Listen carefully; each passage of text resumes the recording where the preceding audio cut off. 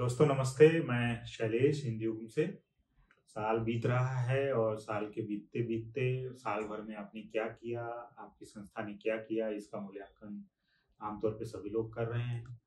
हिंदुयुग ने भी साल 2023 में जिन किताबों का प्रकाशन किया, जिन विधाओं में प्रकाशन किया, उनका एक सर्वेक्षण जारी करने का प्रयास कर रहा है ताकि हिंदुयुग के पाठक हिंदुयुग के पूरे काम से परिचित हो सकें। सोशल मीडिया के माध्यम से हालाँकि जो पाठक जुड़े हुए हैं, वो उनको रोज़-बरोज़ जो हमारे अपडेट्स मिलते हैं, उनके माध्यम से उनको ये पता चलता रहता है कि हिंदुयुग ने कब कौन-सी किताबें प्रकाशित की हैं और वो अपनी रुचि के हिसाब से उसमें से किताबें चुनते हैं और उनको पढ़ते हैं।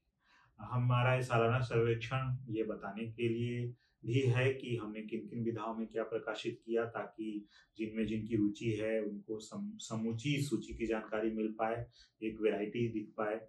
तो मैं फिर से ये बात दोहराऊँ, इस श्रृंखला में कई सारे वीडियोज़ हमने पहले भी बना लिए हैं कि हिंदुयुग ने साल 2023 में कुल 46 किताबों का प्रकाशन किया, जिसमें 24 उपन्यास हैं, 8 कहानी संग्रह हैं, 10 कविता संग्रह हैं और 4 कथेतर विधाओं की किताबें हैं। तो अभी मैं जिन किताबों के बारे में मैं बात करना चाह रहा हूँ, वो कविता संग्रह है। हिंदुयुग ने इस साल 10 कविता संग्रहों का प्रकाशन किया है। तो अगर मैं कालक्रम के हिसाब से चलूँ, तो सबसे पहले हिंदुयुग ने रोहित शाह, युवा कवि रोहित शाह की पहली किताब, जो उनकी कविताओं की किताब है, रातें और चहलकदमियाँ प्रकाशित की। इसके बाद डॉक्टर भव्य सोनी, जिनका असामयिक निधन हो गया 2 साल पहले और युवावस्था में मात्र 30 या 32 साल की अवस्था में उनकी एकमात्र किताब जो अभी है, वो उनकी मृत्यु के बाद प्रकाशित हुई। वो हिंदुयुग द्वारा प्रकाशित साल 2023 का दूसरा संग्रह है और डॉक्टर भव्य सोनी का एकमात्र संग्रह। नाम है इसका चाँद की जानिब। तीसरी किताब जितेंद्र कुमार त्रिपाठी की गज़लों की किताब, जो गज़लों के शौकीन हैं, वो इस किताब को पढ़ सकते हैं, दर्द का रिश्ता।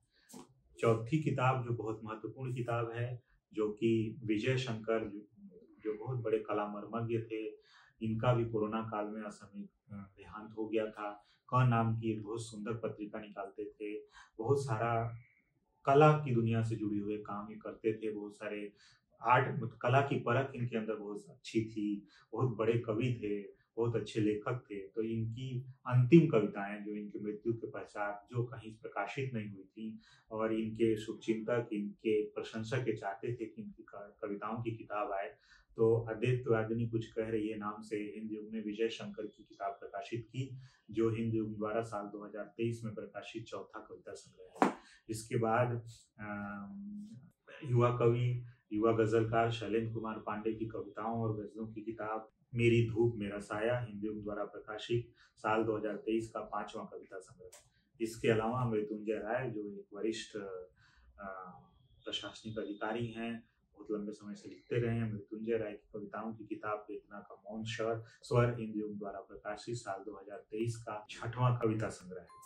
इसके बाद एक लंबी कविता की किताब, जो एक नाट्य प्रस्तुति भी है, बहुत जगह इसका मंचन होता है, कुणाल हृदय की लंबी कविता वार 17 बार, एक पुस्तक रूप में प्रकाशित हुई। ये हिंदुयुग द्वारा प्रकाशित साल 2023 का 6वां नहीं, ये 7वां कविता संग्रह है। और ये रोहित कुमार का, युवा कवि रोहित कुमार की कविताओं की किताब लव लेटर, हिंदुयुग द्वारा प्रकाशित 8वां कविता संग्रह। इसी साल बहुत मशहूर कवि, मंचों पे खूब लोकप्रिय, पहली बार किताब के रूप में आ रहे रितेश रजवाड़ा की किताब इश्क बगावत। और आखिरी जो कि बहुत महत्वपूर्ण है, इसको तो पता नहीं कितने लोगों ने पढ़ा होगा, कितने लोगों ने अपने सीने से लगा करके रखा होगा, अभी भी इसको वही मोहब्बत दे भी रहे होंगे। ये नए कलेवर में आई है विनोद कुमार शुक्ल की कविताओं की पुस्तक, उनका कविता संग्रह अतिरिक्त नहीं का नया संस्करण नए कलेवर में। आगे से ये किताब यहीं से मिला करेगी, इसी कलेवर में मिला करेगी और इसको अगर आप पढ़ेंगे तो एक अलग तरह का सुकून भी मिलेगा पढ़ने के स्तर पे, मतलब देखने के स्तर पे, छूने के स्तर पे। ये किताब हिंदुयुग द्वारा प्रकाशित इस साल का 10वां कविता संग्रह है। विनोद कुमार शुक्ल बहुत बड़े कवि, बहुत बड़े लेखक, दुनिया में अभी जो कुछ जीवित ऐसे बड़े लेखक जो बहुत बड़े हैं, हर अर्थ में बड़े, उनमें से एक विनोद कुमार शुक्ल की कविताओं की किताब अतिरिक्त नहीं। तो ये रहा दोस्तों साल 2023 में हिंदुयुग द्वारा प्रकाशित कविता संग्रह। और अगर इनमें से आपने इनको नहीं पढ़ा है, उनको आप मंगा सकते हैं, आप ले सकते हैं। बहुत बहुत धन्यवाद।